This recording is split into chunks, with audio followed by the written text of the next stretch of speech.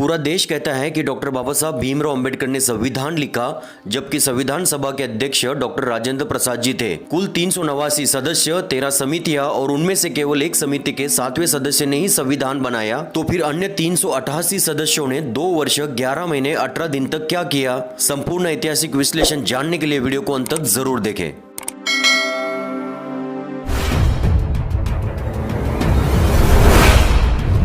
उस दौर की पॉलिटिकल स्थिति सब लोग जानते हैं कि केवल डॉक्टर बाबा साहब भीमराव अंबेडकर अकेले ऐसे व्यक्ति थे जो कांग्रेस, गांधी, नेहरू को नहीं मानते थे और हमेशा उनके विरोधक रहे। इसके बावजूद भारतीय संविधान अंबेडकर साहब ने ही क्यों लिखा और कोई दूसरा क्यों नहीं लिख सका? गांधी भी बैरिस्टर थे, नेहरू भी बैरिस्टर थे, राजगोपालचारी, मुंशी, BN राव, JP कृपलानी, ऐसे बहुत सारे लोग थे। फिर बाबा साहब को ही संविधान क्यों लिखना पड़ा? ऐसे सवालों पर दुनिया का कोई भी प्रबुद्ध बुद्धिजीवी सोचता है कि संविधान लिखने के लिए डॉक्टर बाबा साहब अंबेडकर के नाम का सुझाव असल में किसने दिया था? इसका जवाब उन्हें सन 2000 में ministry of social justice and empowerment और गवर्नमेंट ऑफ महाराष्ट्र द्वारा निर्मित डॉक्टर अंबेडकर पर बनी फिल्म में दिखाया गया है कि गांधी जी ने नेहरू जी से अंबेडकर के नाम की सिफारिश की थी, इसीलिए ये मौका उन्हें मिला। लेकिन ये झूठ नहीं बल्कि सफेद झूठ है। दरअसल संविधान लिखने के लिए कांग्रेस के वरिष्ठ नेता गांधी जी ने BN राव को चुना था। इसके बाद संविधान निर्माण के लिए एक शिष्टमंडल की स्थापना की गई, जिसका काम था देश विदेश के संविधान के अभ्यासकों से मदद लेना। इसलिए शिष्टमंडल लंदन विश्वविद्यालय के राज्यशास्त्र के विभाग प्रमुख प्रोफेसर डॉक्टर फिलिप्स जेनिंग से मिलने गया। इस पर फिलिप्स जेनिंग ने सुझाव दिया कि तुम्हारे ही देश में संविधान का पंडित मौजूद है जिसका नाम डॉक्टर BR अंबेडकर है और उसकी मदद तुमको लेनी चाहिए। शिष्टमंडल ने वापस लौटकर समिति के आगे प्रोफेसर फिलिप्स जेनिंग द्वारा अंबेडकर साहब के बारे में राय रखी और सभी ने डॉक्टर अंबेडकर को संविधान समिति के अध्यक्ष के तौर पर चुना और BN राव को संविधान समिति के सलाहकार के तौर पर चुना गया।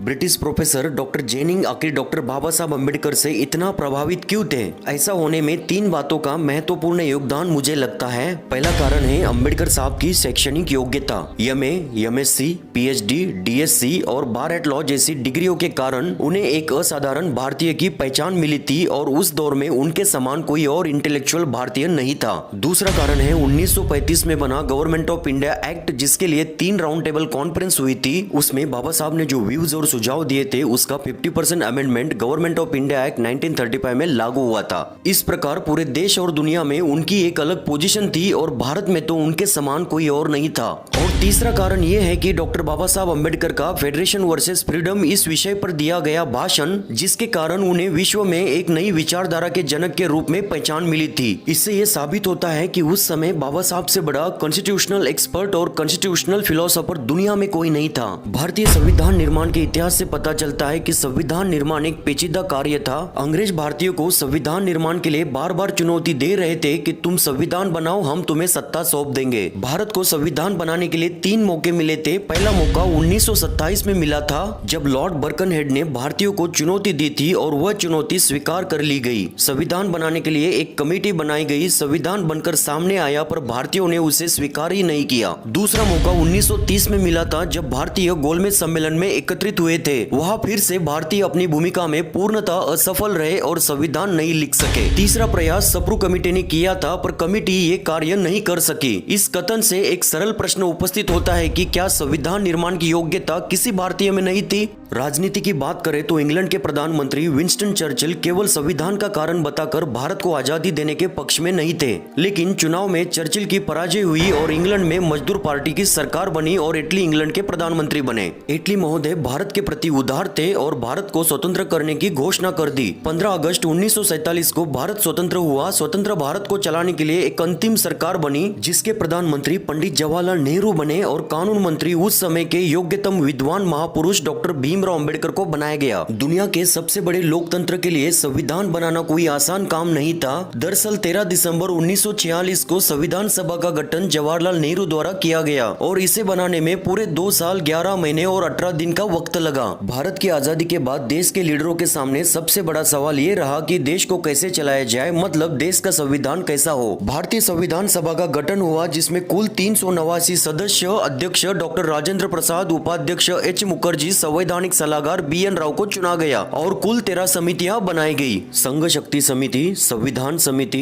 राज्य समिति, राज्य और रियासत परामर्श समिति, मौलिक अधिकार एवं अल्पसंख्यक समिति, मौलिक अधिकार उप समिति, प्रांतीय संविधान समिति, झंडा समिति, प्रक्रिया नियम समिति, सर्वोच्च न्यायालय संबंधित समिति, प्रारूप संविधिक समिति, संविधान समीक्षा आयोग और प्रारूप समिति। इस प्रारूप समिति यानी ड्राफ्टिंग कमेटी में कुल 7 सदस्य थे।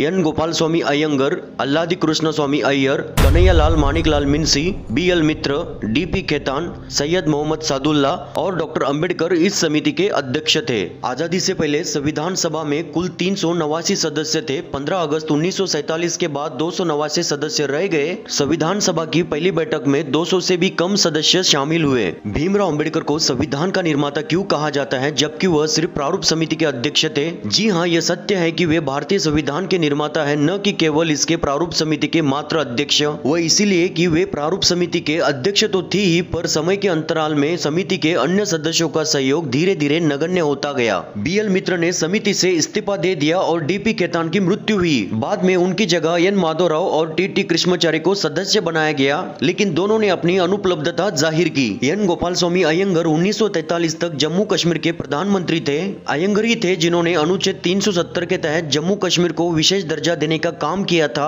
अयंगर भारत की आजादी के बाद ज्यादातर कश्मीर से संबंधित मामलों में व्यस्त रहे। सैयद मोहम्मद सदुल्ला बीमार रहे और मुंशी जी को हैदराबाद की रियासत में भारतीय दूत के तौर पर नियुक्त किया गया था। इस प्रकार सारा का सारा कार्य बाबा साहब को खुद ही करना पड़ा। वे चाहते थे कि दी गई समय सीमा में इस महत्वपूर्ण काम को पूरा कर सके और इस प्रकार बाबा साहब ने भारत जैसे विशाल देश के संविधान की रचना की, वह भी इसके निर्माता के स्वरूप में। 9 दिसंबर 1946 को प्रथम बैठक हुई थी और 26 नवंबर 1949 को संविधान तैयार हुआ। संविधान निर्माण के लिए 2 वर्ष 11 महीने 18 दिन लगे, जिसके बाद 24 जनवरी 1950 को 284 सदस्यों ने इस पर हस्ताक्षर किए। इसके बाद 26 जनवरी 1950 को हमारा संविधान देश भर में लागू हो गया। देश भर में संविधान के लागू होते ही संविधान सभा को भंग कर दिया गया। इससे यह मालूम होता है कि बाबा साहब दुनिया के सबसे बड़े कॉन्स्टिट्यूशनल एक्सपर्ट थे। संविधान सभा के प्रारूप समिति के सदस्य TT कृष्णाचार्य ने अपने भाषण में कहा, अध्यक्ष महोदय, मैं सदन के उन लोगों में से हूं जिन्होंने डॉक्टर बाबा साहब अम्बेडकर जी के बात को बहुत ध्यान से सुना है। मैं इस संविधान की ड्राफ्टिंग में जुटे काम और उत्साह के बारे में जानता हूं। संविधान का मसौदा तैयार करने के लिए चुने गए 7 सदस्यों में से एक ने इस्तीफा दे दिया, एक की मृत्यु हो गई, एक संयुक्त राष्ट्र अमेरिका के लिए रवाना हो गए, एक शाही राज्य के अपने काम में व्यस्त रहे, एक या 2 लोग स्वास्थ्य के कारण दिल्ली से दूर रहे और डॉक्टर अंबेडकर एकमात्र ऐसी व्यक्ति हैं जिन्हें संविधान निर्माण का संपूर्ण श्रेय जाता है। भारत के पहले राष्ट्रपति डॉक्टर राजेंद्र प्रसाद ने डॉक्टर बाबा साहब अम्बेडकर द्वारा संविधान निर्माण में प्रदान की गई सेवाओं की सराहना करते हुए कहा, मैंने राष्ट्रपति पद के तौर पर दैनिक गतिविधियों को नजदीक से देखा है, इसीलिए मैं दूसरों की तुलना में अधिक प्रशंसा करता हूँ, विशेष रूप से डॉक्टर भीमराव अम्बेडकर की।